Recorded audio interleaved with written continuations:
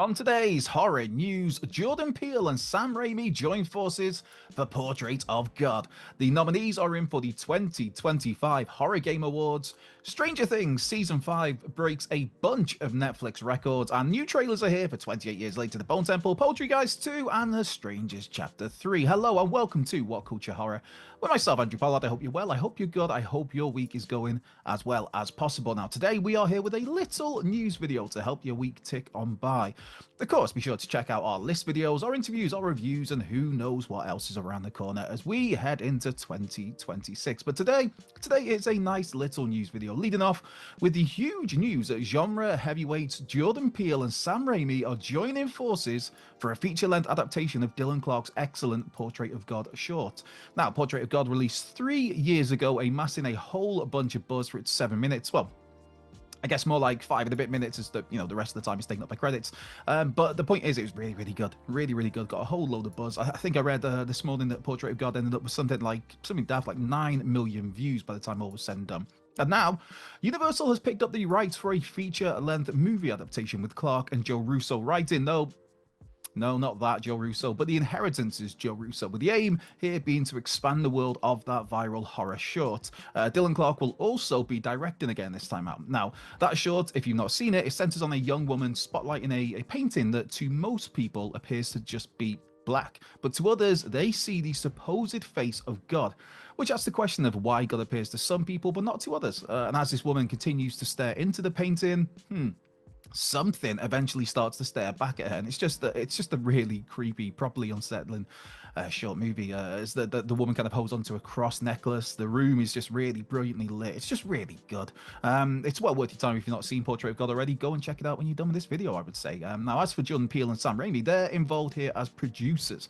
Peele producing through his Monkey Paw Productions, and Sam and Rommel Adam going through Ghost House Pictures as well. They're producing for that. Now, switching gears from the silver screen to the realm of horror video games, and the nominations are in for this year's Horror Game Awards, which is always a grand old time, taking place in that there London on Saturday the 13th of December, the same day that Rex were playing Watford at the racecourse here. Also hosted by Phil Dickens, Will Penkyman, and of course, formerly of this parish, the great Ash Millman. Heck, it was last year's awards that put me onto Still Waits the Deep, which is a game I just had so much fun with. Such a beautiful, brilliant, terrifying game. Although I've still, been too scared to pick up the DLC or the expansion packs, as that just seems to be mainly set underwater. Nah, I do not play well with that stuff. I mean, even some of the GTA 5 underwater missions were enough to freak me out back in the day. But for this year's Horror Game Awards, the heavy hitters are Silent Hill F, The Midnight Walk, Look Outside, REPO, Karma, The Dark World, and No, I Am Not Human. Games that all lead the way with 6 nominations each, including 5 of them being up for the Game of the Year award. As for the Game of the Year, it's Chronos: The New Dawn, Dead Reset, Doom: The Dark Ages, Dying Light, The Beast, Escape the Backrooms, Heartworm, Into the Dead, Our Darkest Days, Karma: The Dark World, Labyrinth of the Demon King, Look Outside, Me-Side, No, I'm Not Human, Out of Sight, REPO, Silent Hill F, Skin Freak, South of Midnight, and Tormented Souls 2 that are up for nomination. I'll have a deep breath there after all of that. Out of breath. Of course, there are 16 categories here with the public votes.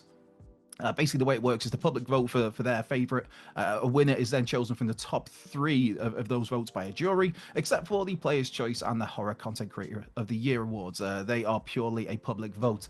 One of the categories that's always most intriguing to me is the most anticipated release of next year. Man, I cannot wait until Hellraiser Revival gets here. Or Halloween too, even though... Yeah, I'm a little split on Halloween right now, but I know I will totally be buying it because whatever. I'm just that sort of idiot where I'll look at the trailer and think... certain elements don't look great, but here's my money. And this is why games like this continue to get made. Until then, I will just keep rattling around on, I guess, bot-infested Killer Clowns maps. I'm still here for that game, man.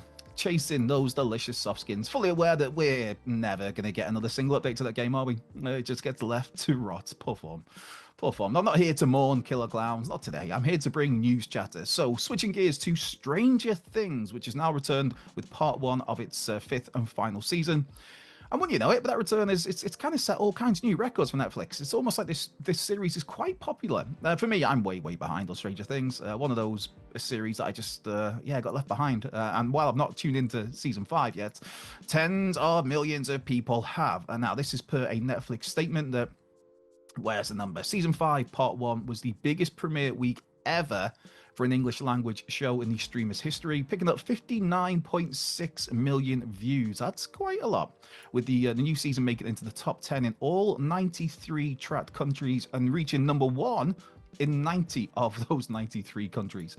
Not just that, but all 5 seasons of Stranger Things made that top 10 list, bringing in another 25 million views between the other 4 seasons, if my math is to be correct. And it also means that the first 4 seasons now have a cumulative 1.2 billion views since their respective premieres. So, yeah, for those thinking that the Stranger Things buzz has kind of waned in recent years, I guess this is as good an indicator as any that there's still plenty of interest in the series. Either that or just people, they're kind of tied in too deep and it's just, I kind of need to see how this ends. But either way, the views are coming in for Netflix and that is all they're bothered about.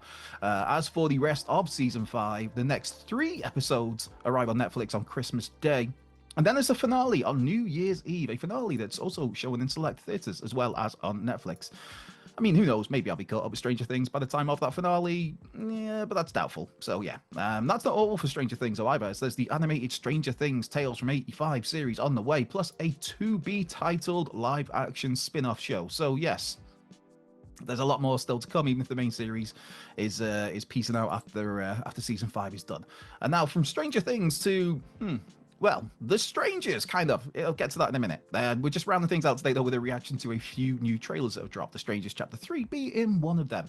But mainly today saw the brand new 28 years later, the Bone Temple trailer release. That was this morning. And it certainly looks intense. I guess that's the best word to describe it. I mean, there's a smidge of new footage in here compared to the previous trailer from a couple of months ago, 2 months ago, I think it was. Namely, a fella firing off some flames that some fans are suggesting it is Cillian Murphy's Jim from 28 Days Later.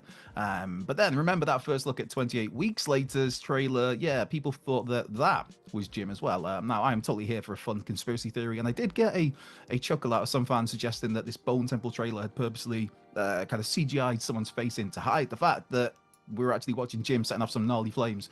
We also have plenty of the Jimmies in here. Jack O'Connell's Sir Jimmy Crystal threatening to steal this entire movie. I'm sure he will.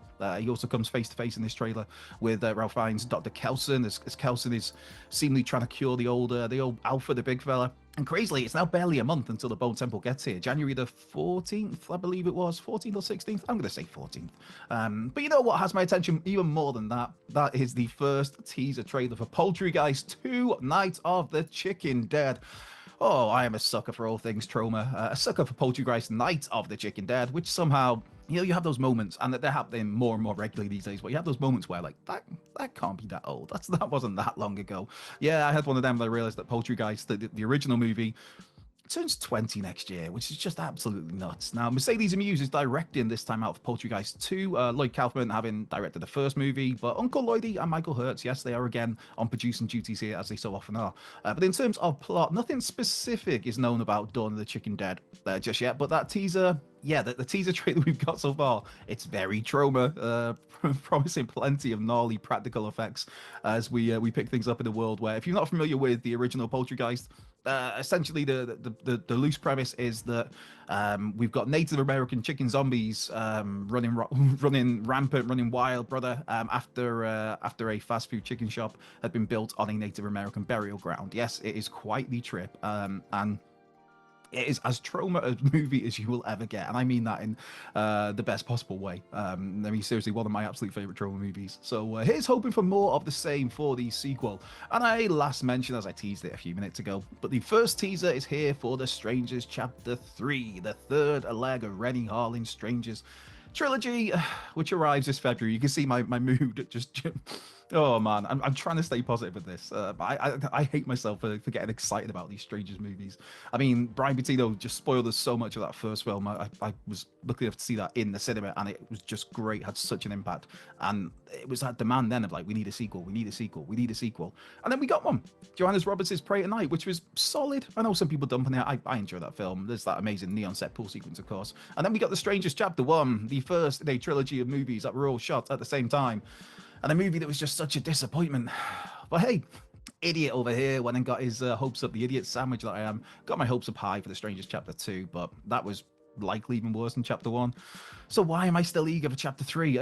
Again, it's like a Stockholm syndrome, I guess. Or I mean, as I said in my chapter 2 review earlier this year, it's the hope that kills you, man. But chapter 3, it does look a little darker than the previous 2 movies, picking things up again, once again, with Madeline Petch's Maya, again on the run from the strangers, or what's left of them, I guess I could say.